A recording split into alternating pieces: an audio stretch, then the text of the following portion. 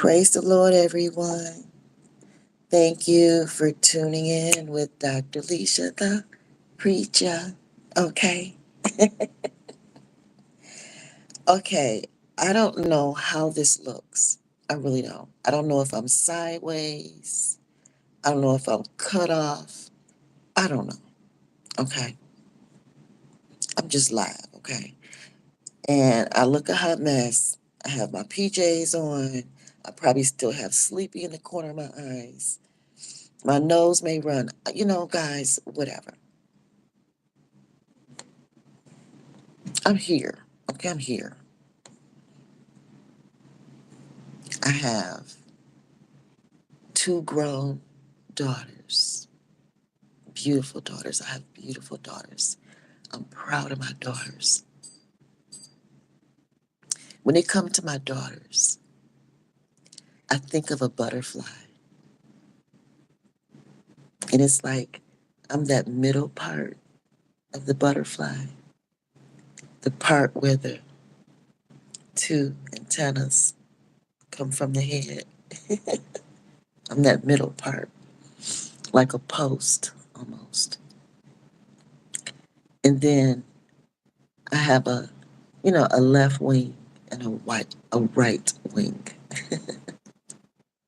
Each of my daughters have their own wing in my life, in our butterfly world.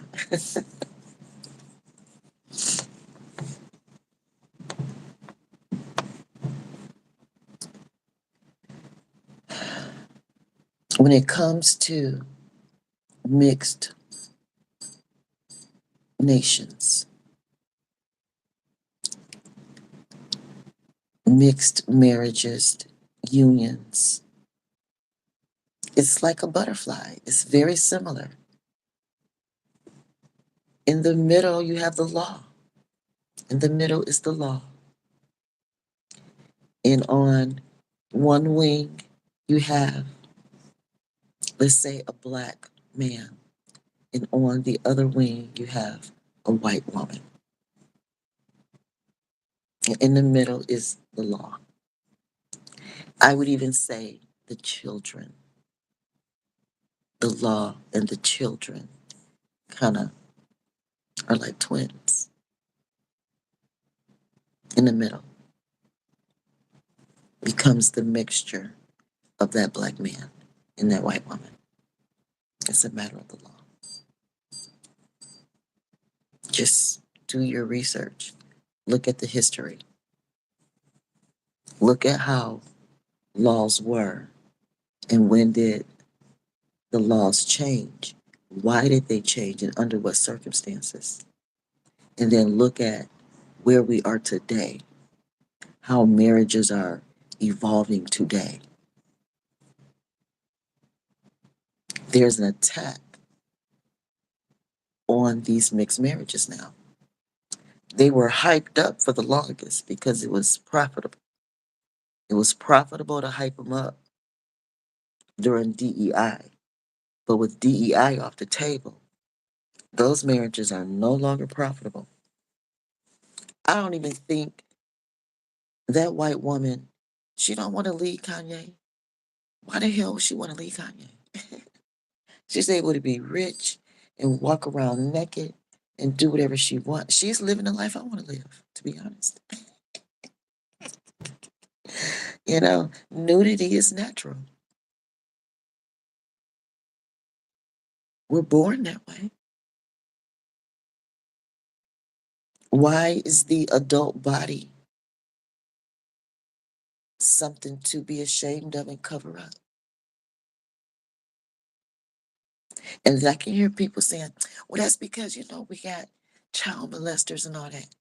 Well, we have child molesters fully covered. Child molesters exist. Just do your research. Look at your local, you know, records. People are probably fully clothed, and there are still child molesters, both male and female. There are female Child molesters, there are. Children know the difference between being helped by an adult with bathing, being helped by an adult with being dressed, being helped by an adult with anything personal. Just like the senior citizens. Senior citizens know the difference between personal care and being molested. Most people know the difference between a loving touch and a touch of violation, foul play.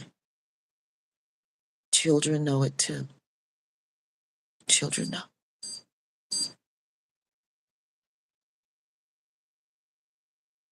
People that are fully functional, adults, teenagers, you know, people that are fully functional, they know how to maintain their own personal care, forget what it's like to be an infant. And they won't remember what it's like to be dependent on someone until they're a senior citizen, when their health declines. So it's easier to make financial decisions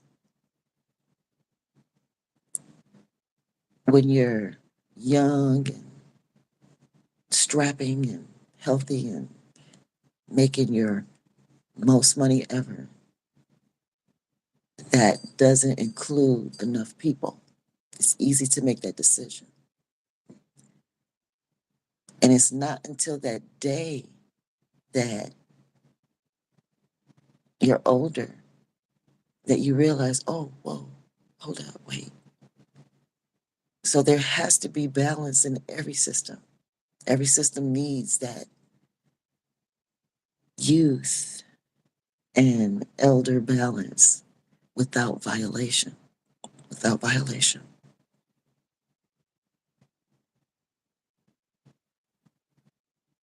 But back to, that black man and white woman relationship not being profitable enough.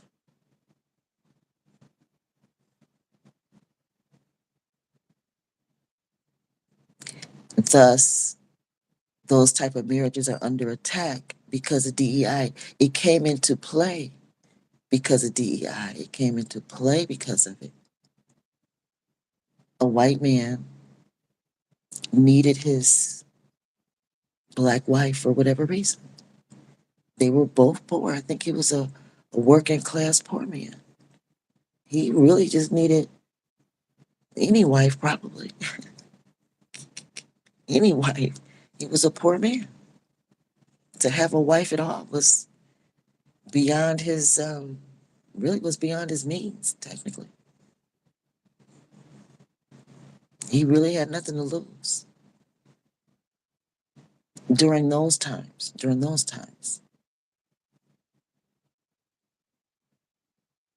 you know. But now, because they created a shock in the wave of mixed marriages, two poor people marrying, usually it's just not really a profitable thing anyway. I mean, that's usually some type of deficit or something to the system. But today, as DEI, so to speak, or two poor people getting together trying to generate wealth, um, as that whole kind of concept fades away, uh, there's a market for Black women over the past 50, 60 years, perhaps two generations, possibly three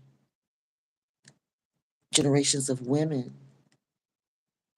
though it may not be a lot of obvious wealth, it's enough wealth to create shock and waves of marriage to white men based on the foundation that the black man and the white woman set. It's not that it didn't yield anything, it yielded a nation. There's so many mixed people. There's so many mixed people. I raised one. I raised a white woman's son. His father was a black man, some type of black man. She was some type of white woman. I raised a mixed boy, and he happened to look like Drake. My son happened to look like Drake's younger brother. It's so weird. He looked like he could be Drake's younger brother. So I feel for him. I feel for Drake. I feel for him. As much as I love the Super Bowl halftime and I love the song They Not Like Us, and I appreciate the awards that Kendrick Lamar, won. And I appreciate all that and love it and enjoy that. But my heart still go out for the mixed nation. These kids with these white mothers and these black fathers, they spent the last 50, 60 years maximizing a law. And we got Mariah Carey, we got,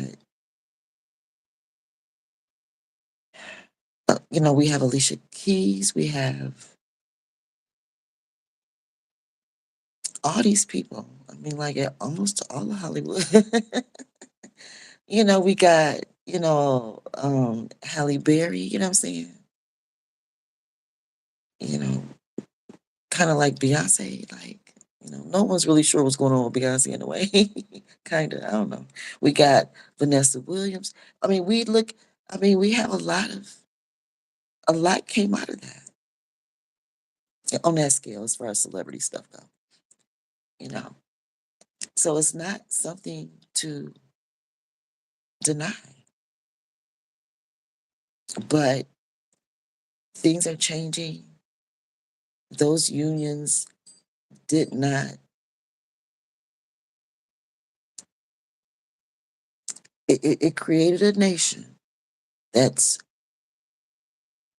supports itself. It created a nation that supports itself. But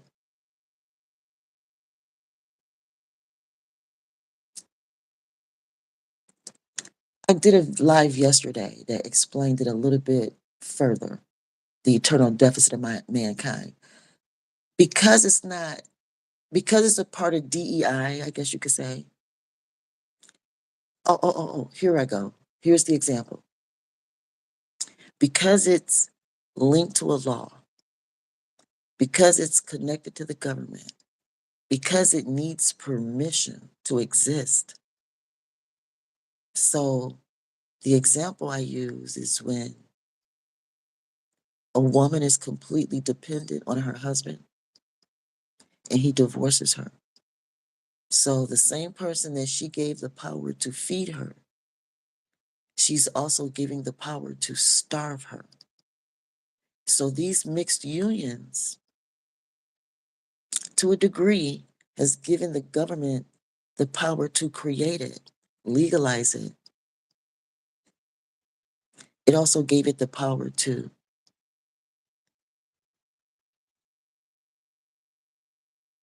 take the law off the book, to starve it, to no longer support it. Why? Why? All in an effort to increase white births, to increase more pure white people. Just for a season, not forever. There's a shortage. More white women benefited. That's what they is reported out. That's what's reported out. Most people are hearing that, those buzzwords. That's the marketing. More white women benefited from DEI. For example, Taylor Swift, than freedmen. Originally, all those benefits were supposed to be for the freedmen, descendants of slaves.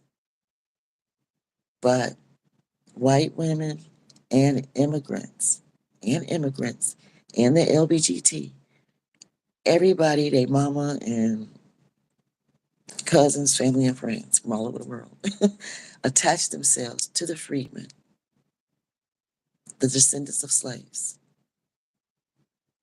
legally,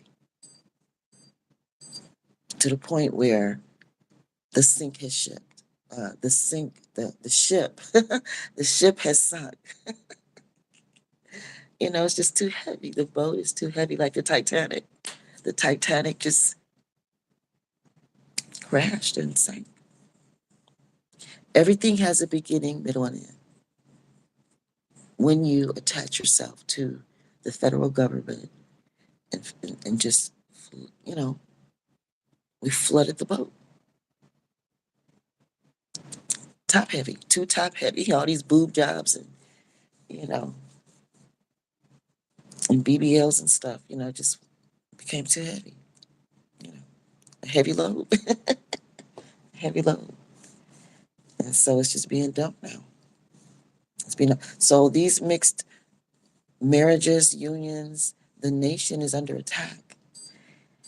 And kind of like how the immigrants are, the illegal, quote unquote, illegal immigrants, under attack. Whether it's fair or not, whether it's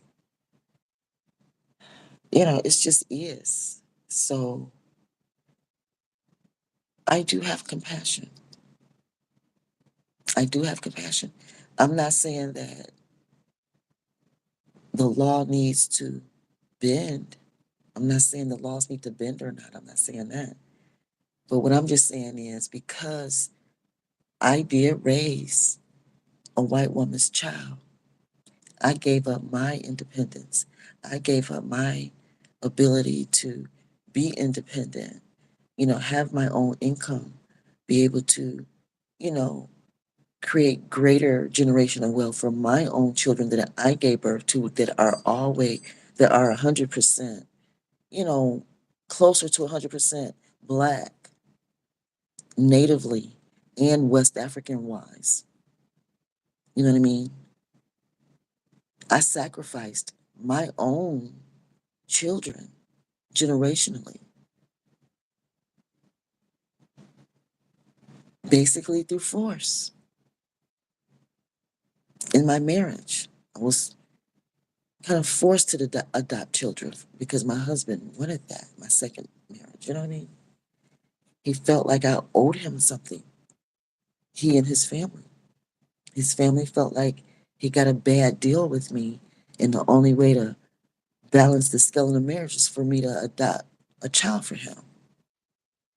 So we had one child, but what they failed to acknowledge in forcing me to do something like that is that I have strong beliefs on when it comes to having children. You don't just have one of a type.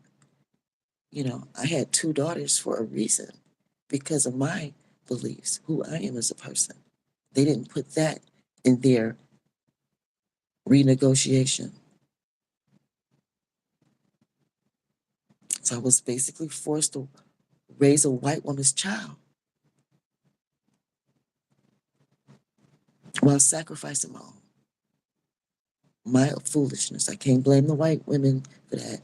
I can't blame nobody for that. That's my foolishness for ever putting myself in that position. Did other people contribute to it? Yes. But, it was my foolishness, a bad call on my part.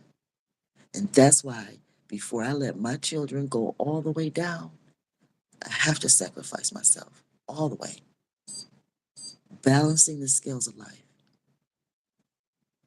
compensating for your mistakes wherever you can. being equally yoked in your own bloodline trumps being equally yoked in a marriage that's trumped up. A trumped up marriage is just like trumped up charges.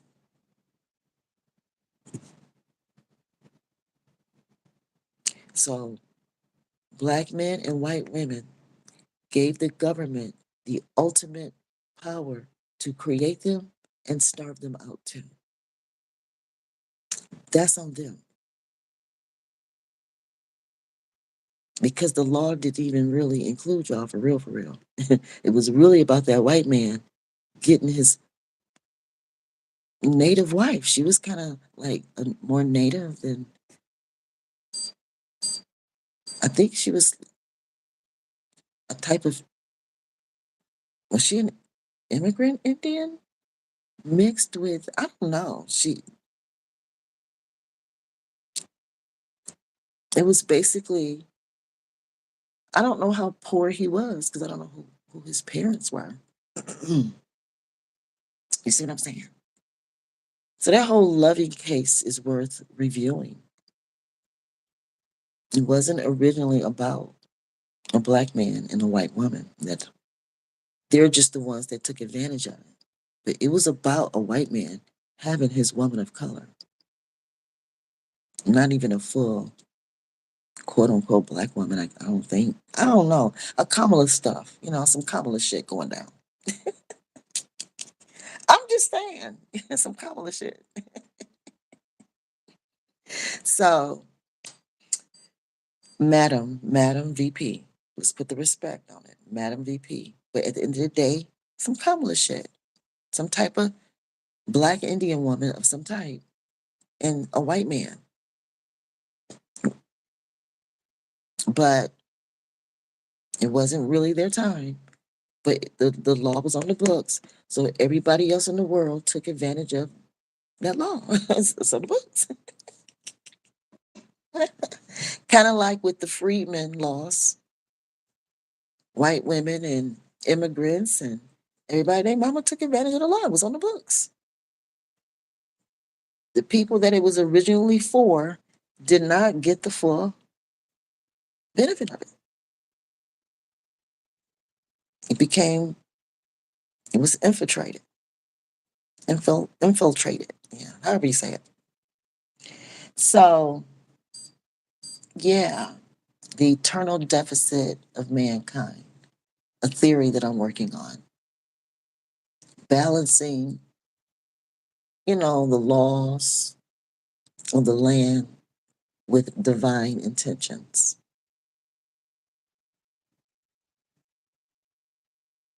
Every once in a while, Most High is going to remind us of where we are supposed to be.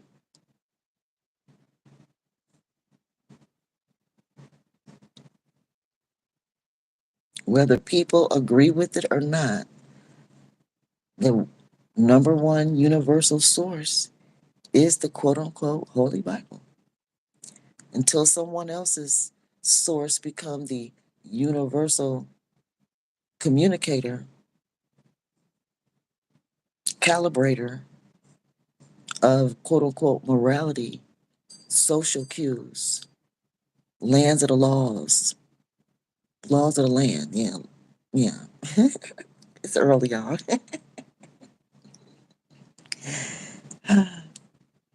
um, until all that stuff is in proper alignment and working together, there's just going to be all kind of infiltrations and things. You know, there's been a lot of wars on the land, not just rumors of wars, actual wars, people dying and stuff. Even if this is not the end of the end times, it sure as hell is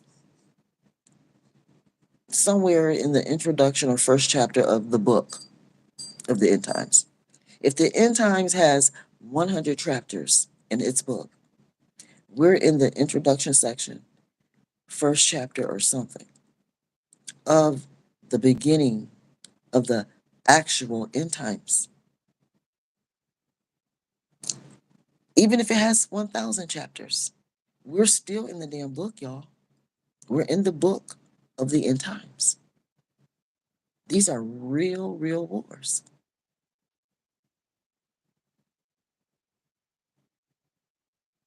People are actually dying because of pandemics, because of bricks being thrown and tariff attacks, and all this stuff is adding up,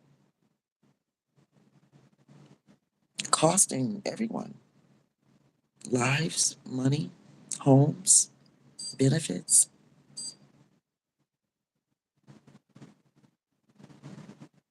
Worldwide evictions, worldwide divorces, political evictions, political divorces. You think your personal divorce in your house is something? These political divorces, oh my God. Wow. During war, countries are putting up borders and they're having armies of 10,000 surrounding their borders and things. War preparation, worldwide war, world war. Yeah, world war, worldwide wars preparation stage.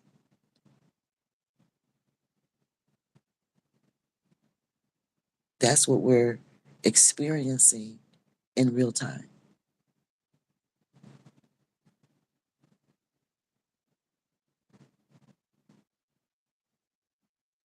like a purge. Things are really cracking down.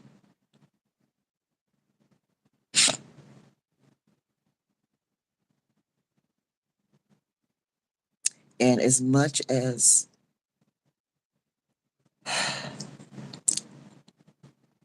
white people do not really want black people here, it's difficult for them to get rid of us because of all the mixing. All the mixing. Before it was legal for us to marry each other, they had every right to breed with us, every right to breed with us without being legally married to us. We were their concubines, we were their slaves, we were their mistresses, their governors, we were their workers. Legally, they quote unquote owned us. And when we became freedmen, they had to come up with all kind of ways to trap us again.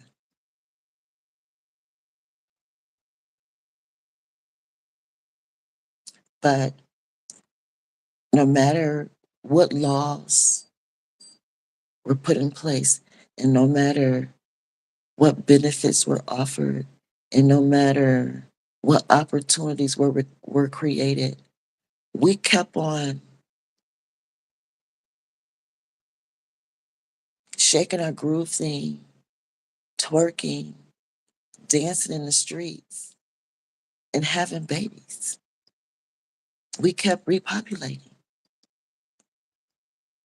in the midst of all the lustful solicitations and attacks on our bloodline, on our finances, on our reputation. It's just being worthless, ghetto ass people. Just, you know, tired of us. Well, fine. Give us our inheritance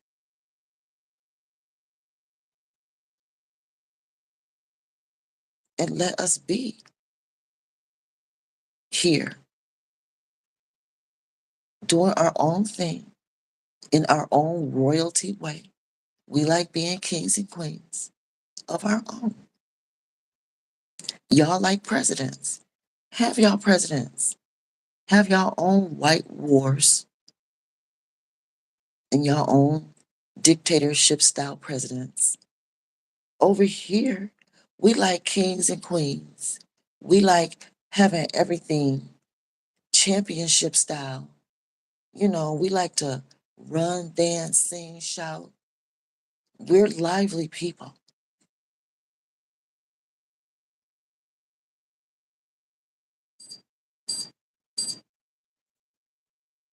We like doing things our way. There's enough land here. There's enough, there's just enough here for there to be an actual multi-nation environment where there doesn't have to be any forced,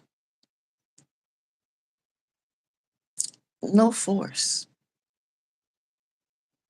I shouldn't feel like if I don't get married to some man right now, beg somebody to have mercy on me, that I should just die in the street because I'm an old black woman that's not marketable anymore. Like, what? How does that make sense for anybody?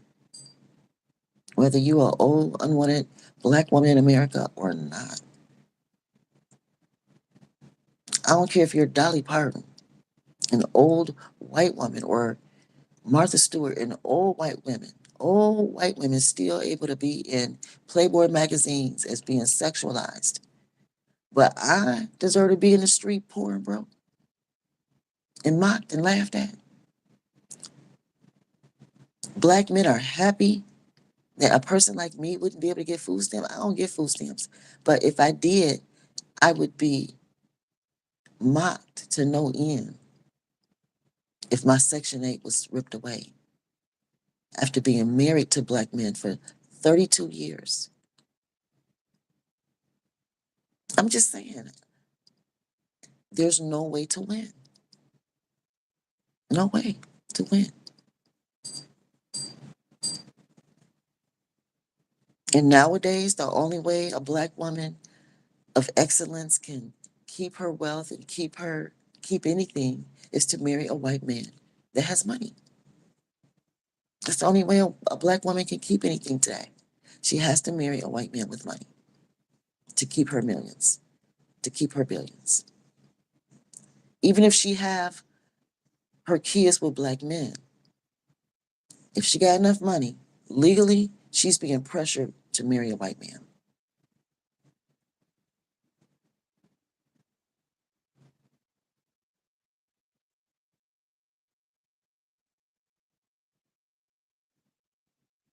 It's wartime. It's wartime, and every man, especially men, are trying to figure out how to keep their wealth. And if marrying a black woman is gonna keep some work around, you don't think a white man is gonna do it? Why wouldn't he? you know,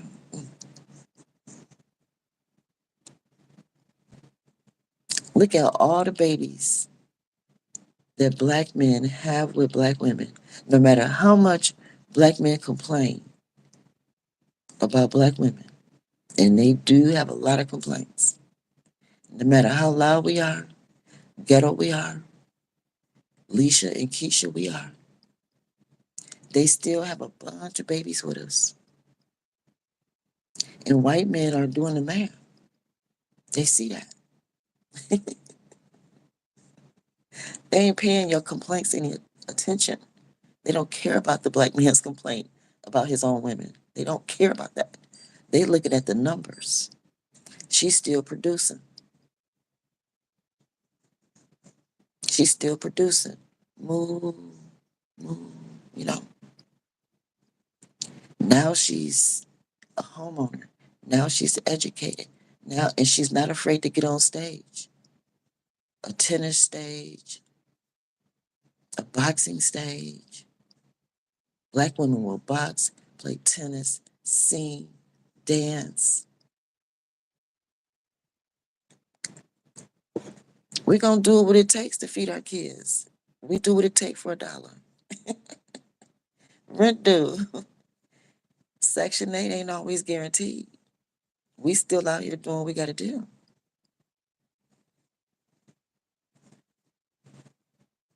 Yeah, when the fathers are off finding their next boo, if we need to, we'll sit in the car with our kids, homeless, with nothing. It shouldn't have to get that bad, but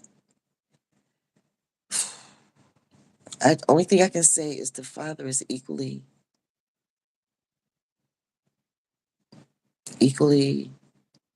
responsible. That's all I can say. If she got to get in trouble, he got to get in trouble too. How dare he say whatever, while he pushing up on somebody else? Mm. But the world we live in justifies him. Let her burn while he go lay up with somebody new, expecting them to put his food in the microwave or whatever. While he play station.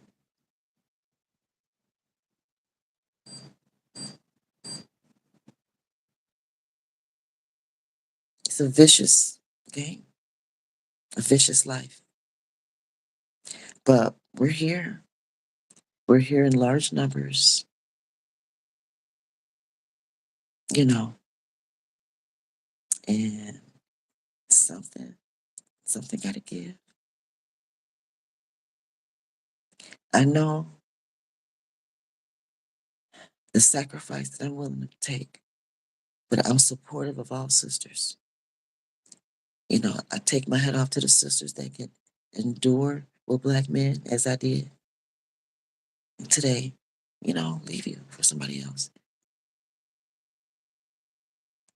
And then I take my hat off to the sisters who say, forget that, I'm going to the white man. I take my hat off to you too. I love Tia and Tamara. I love both the twins. I'm not mad at either one. I'm not mad at the one who went for the broke brother, and I'm not mad at the one who went for the rich white man.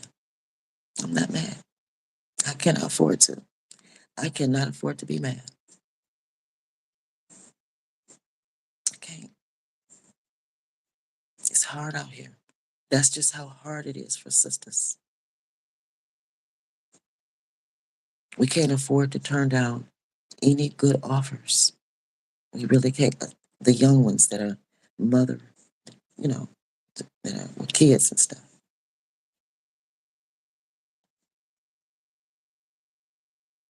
Not every woman can do what I did. And I respect that. And I don't put you down.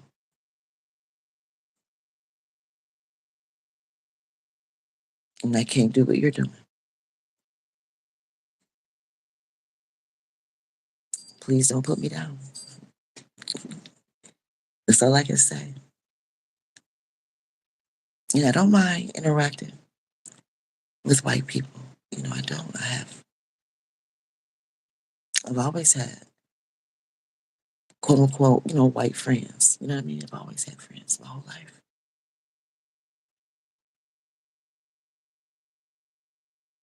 But this is a matter of the law. This is a matter of them being able to affect your livelihood, your DEI opportunities. You see what I'm saying? If they can change the abortion laws, if they can change marriage laws where two men can marry, two women can marry, if they can change all these laws,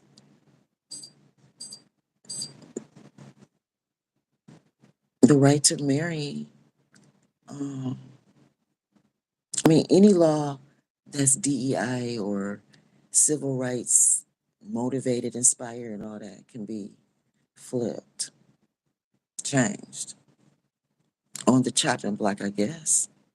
I mean, we're all here going through this together, experiencing these type of wars together, trying to figure it out.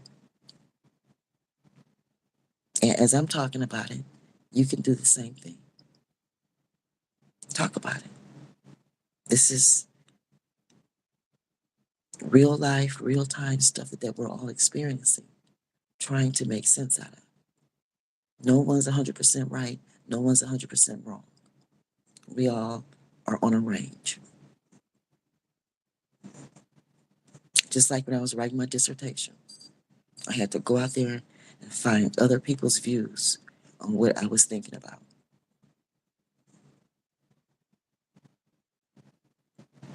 and give them credit for their work as you contribute to the work, and we'll want the same respect.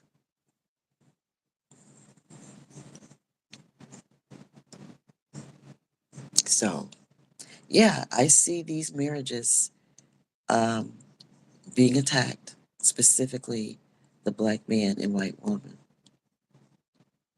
because the laws will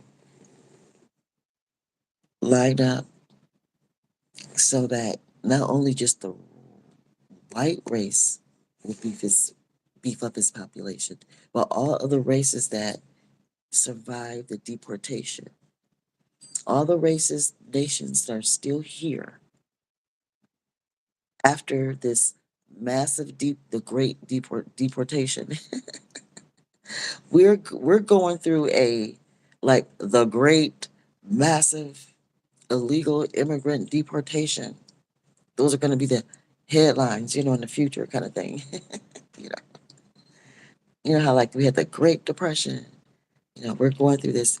You know, now we've had other ones, but this one stands out because of bricks being thrown and tariff attacks in response. You know, because of the impact it has on the economy, not just here in America, but worldwide.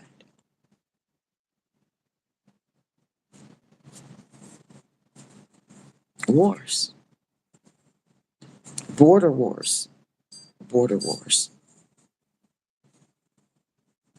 Border wars affect immigration movement.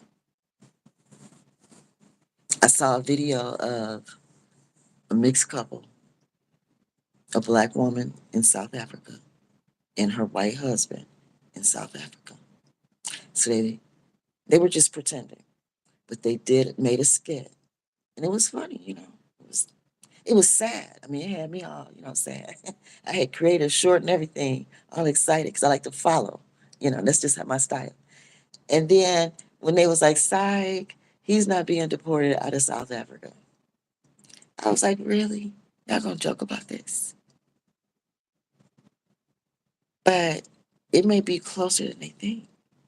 It may be a joke at the moment, but it may be closer than you think.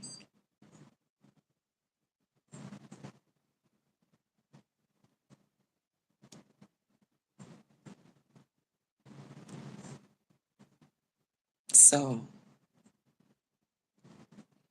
I, whether I am thrown at the marriage market, or, you know, kicked out with a boot or whatever, I'm helping it by volunteering as well. There is no resistance of being old enough to be unwanted. There is no resistance on my part at all, because it just mathematically makes sense at this point in my life due to all the war conditions we're under. If you're solo, it may be more beneficial legally, legal status wise, legally. I mean, just because you're not legally with somebody, on paperwork, registered with your state, county, whatever, um, Doesn't mean you're not in a loving relationship with people, you know, not at all. But on a legal stage, if you're solo, you may need to hold on to it for a minute because people that are legally married, um, these laws are affecting, family laws are changing. Family laws are changing, but the unions they may feel it the most are that black man, white woman combination on the legal stage. Can that change in the future? They got to bring more to the table. Their financial decisions need to increase. The white woman, will need more help, more support.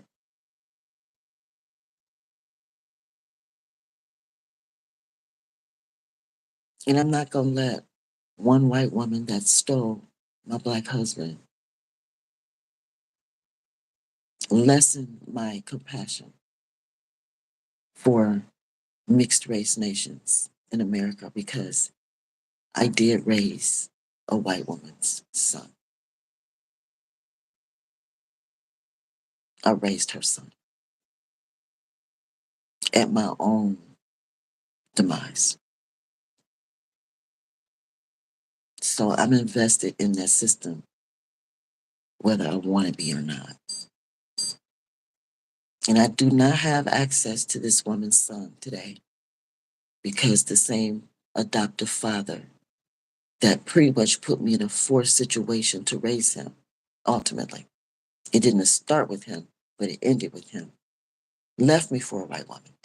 So that's just how my life has been. That's just how my life is. So even with all that,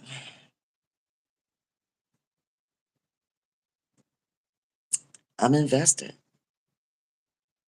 in keeping all nations that survived this massive deportation operation,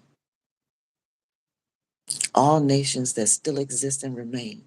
I'm supportive of keeping them pure, authentic, and hey, I don't, wherever there's mixing. But I know what I did to keep my stuff pure as I could. And some people say, well, nobody's that pure. Well, I did my best. Okay. And helped a white woman raise her child too.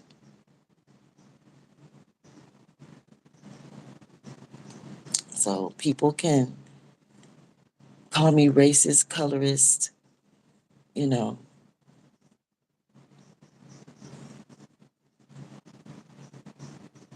uh, what do you call it when you want to be around your own people more than any other people?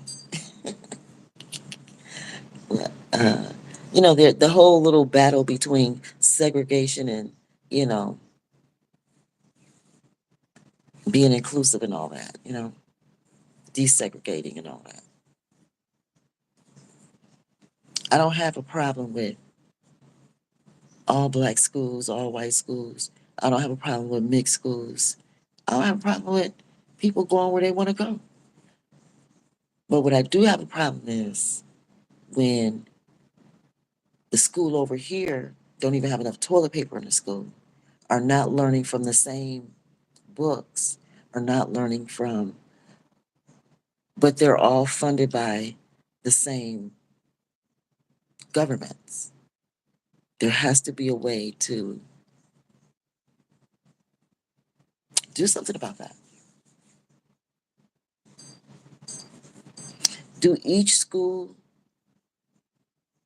does the white school, the black school, the Indian school, the Mexican school, should they all be able to learn their own culture among themselves? Yes.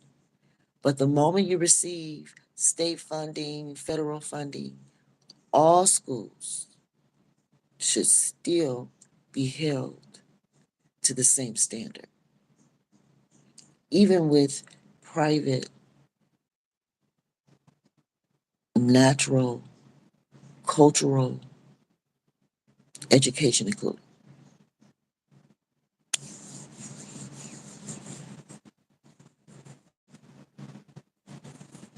There are ways to do this, guys,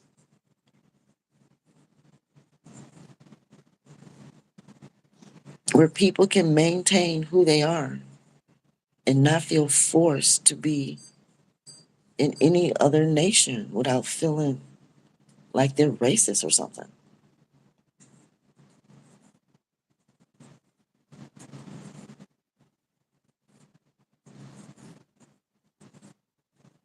If your people can exist and be balling and rich and wealthy without government and state funding, why would anybody be mad about that?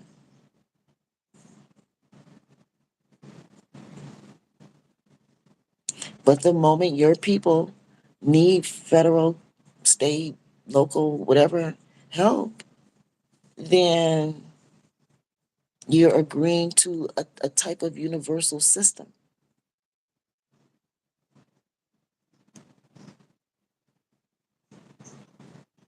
You know, not only do we have our borders when it comes to international dealing and trading with people, we have national domestic borders too, and how we interact with one another, each race, each nation, respectively.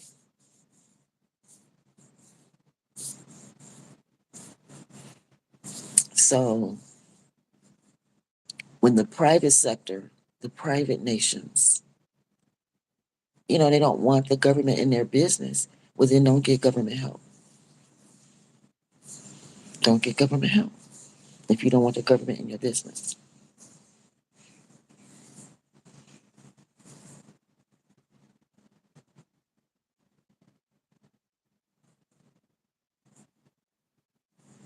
And then figure out ways not to step on each other's toes. The government has to exist on this land without trying to dominate other nations and what they're doing and how they handle their business. It's a two-way street. The government needs to mind its business and stay out of the private sector's way. And the private sector needs to don't piss off the government either.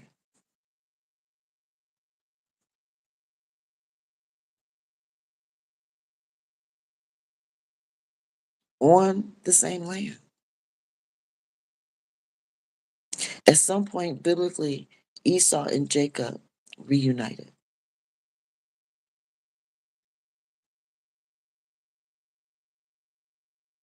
They reunited. They had to figure it out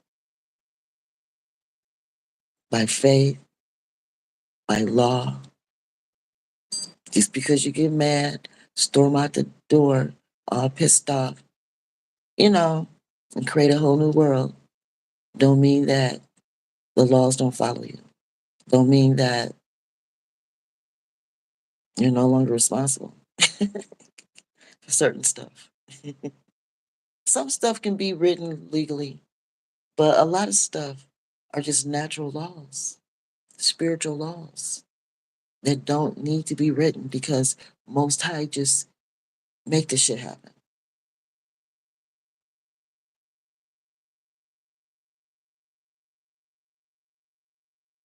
The highest of the highs. So, yeah.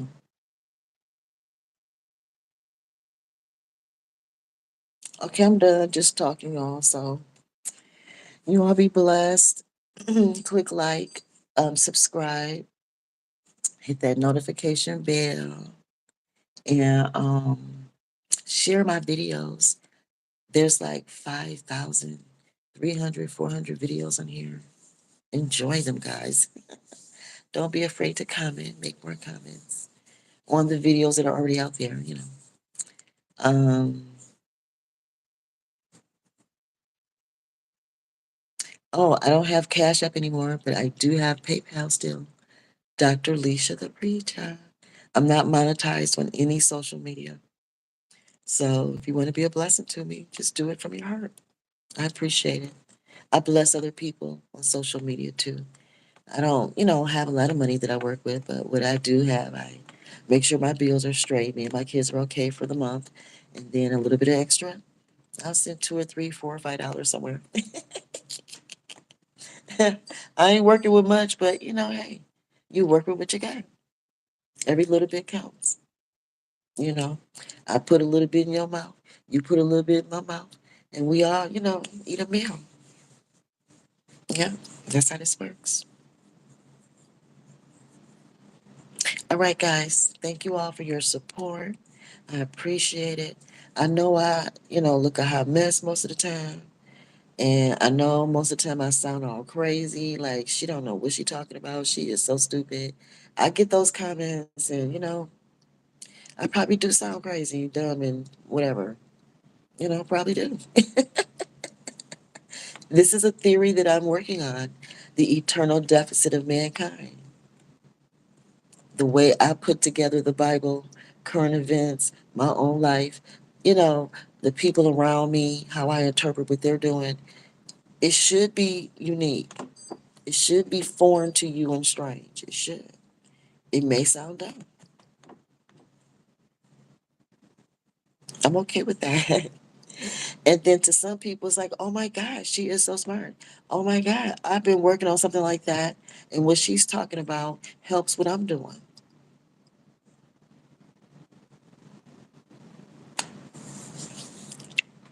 All this come off differently to different people,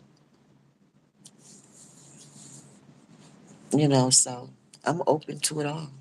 Because again, even with the disagreements, I can read through the disagreement and get the main point of the disagreement and take it and test myself with it. Disagreements are like the tools you need to test. Like, if I'm developing a theory, how can I test it? I can test it with people that agree with me. Yeah, I can kind of test it a little bit that way, but there's going to be bias there. It's the people that disagree with me that is the true test to my theory. If I can take your disagreement, put it up to my theory, and pass, prove you wrong. Whoa! Yes,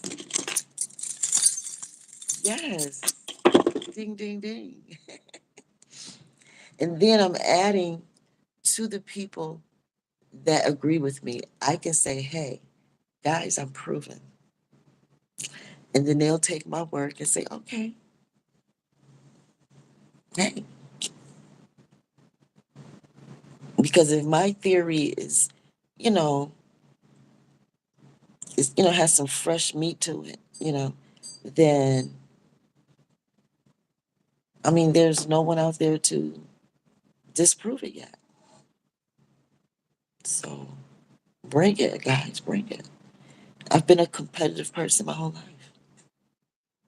I've had to compete in ways. So I like competition, healthy ones, healthy competition. But even the bad, negative competition, sometimes you still got to win, even with the dirty tricks. Even with dirty tricks and manipulation and cheating and lying and whatever, you still sometimes you got to just work with what you got till something better come. Working what you got until something better come. The pros and cons of socialization, the pros and cons of relationships, the beginning and ending of them, greener grass theories and stuff. All right, bye.